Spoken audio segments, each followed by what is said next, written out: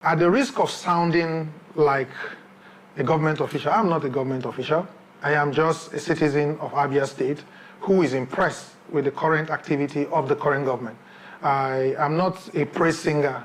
I am here to promote Aba International Trade Fair. But to answer your question, sir, it will interest you to know that the governor, as we speak, has a special advisor, assistant, on the ease of doing business. Interesting. It's an office. It's an office. Yes. So if you find it difficult doing business in Abia State, there is an office for the ease of doing business. In the cabinet, you have advisor on trade and commerce.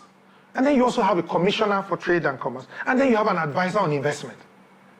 So if you look at the personal disposition of the governor, you can now begin to think that because it's coming from the private sector, he wants to close in all ends. So somebody is liaising with diaspora to bring in the investment. And then there are other people on ground to attract local investors. And then you have, from the lighter note that you shared about if you bend down, you see about, there is also an agency called the Abia State Orientation Agency, you know, that has never been that viable as they are today, trying to change this negative narrative about Aba.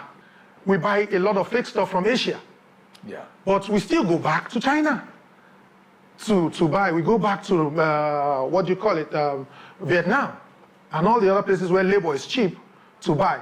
But you see, in Aba, labor is cheap. But what this trade fair is going to have an economic summit by the side. What the government wants to focus on is standardization. Because we're going to be meeting with traders, market union, and associations at the summit, not just the buying and the selling alone. They will tell government what they want. The government will also tell them their plans. So it's a win-win for everyone, but the focus is change the narrative. Majority of, you know, artisans and the like, sometimes the experience with them is not the best it should be, and they really don't care. But we, at this point, want to use this event to tell them that this thing you are doing is going to affect all of us in the long run. It's going to affect you, it's affecting the revenue of the states, it's affecting your personal revenue, because if my experience with you is not good, I won't come back. And you'll not tell anybody. Yes, I will refer you. Exactly. And there is power in referral. Right. You know, referrals are more powerful than your complimentary cards. They are more powerful than any kind of marketing you want to do.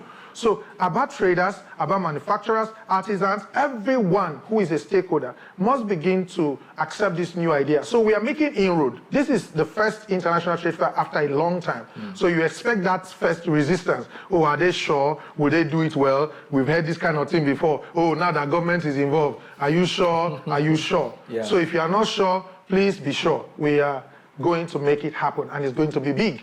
And even if they don't accept it this year because they are doubting, for the few people who are doubting the capacity of the state and the Aba Chamber of Commerce to have this event put together, by the time, I'm sure they will come and peep. I'm sure they will come and window shop to see whether they can find something negative to say. But majority of the people are on board, and we are happy with the response we've gotten so far.